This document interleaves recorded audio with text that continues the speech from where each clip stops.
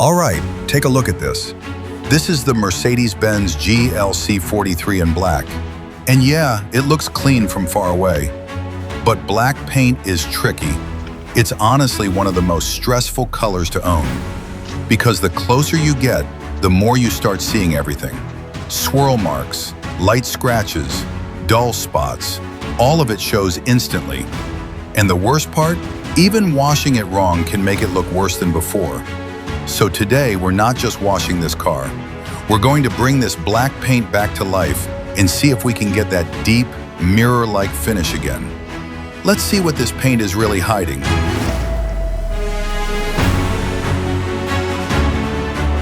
Right now, Jack is starting off with a proper rinse, using clean water and a microfiber cloth. This step might look simple, but it's actually one of the most important parts of the whole process. Because with black paint, any dirt left on the surface can easily turn into scratches during polishing. So we're making sure everything loose is off the paint before we even think about touching it with polish or machines. Slow, careful movements, no rushing, just letting the water do its job and lifting all that surface dust. This is the foundation for that deep mirror finish we're aiming for later. Right now, Jack is applying the polish directly onto the bonnet of the Mercedes-Benz GLC 43. Just a small amount, no need to overload it.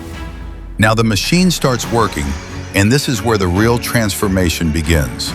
With black paint, you have to be patient. You can't rush it, or you'll just chase scratches around instead of removing them. So what's actually happening here is the polish is gently leveling out the clear coat surface. That's what removes swirl marks and light scratches. And yes, black paint shows everything, so every pass matters. If you miss a spot, trust me, you'll see it later under light. And honestly, this is the part where most people start getting impatient. They think nothing is happening, but behind the scenes, the paint is slowly starting to change. Polishing is like cooking. You can't rush it, or it just doesn't turn out right. Now Jack is going over the same section with controlled, overlapping passes. Slow movement, consistent pressure, letting the machine do the work. You're not scrubbing the paint, you're refining it. And already you can start seeing that reflection coming back. Look at that difference. The dull surface is starting to turn into a clean reflection. This is why black cars are both frustrating and amazing at the same time. When it's bad, it shows everything. But when it's polished right, nothing beats that deep gloss. All right, we're not done yet. Next step is going to take this shine even further. Jack is still polishing the bonnet of the Mercedes-Benz GLC 43. And now he's going over the same section again with slow, controlled movements. This second pass is all about refining the finish, not rushing it. You can't force results with black paint. You have to let the process build up slowly.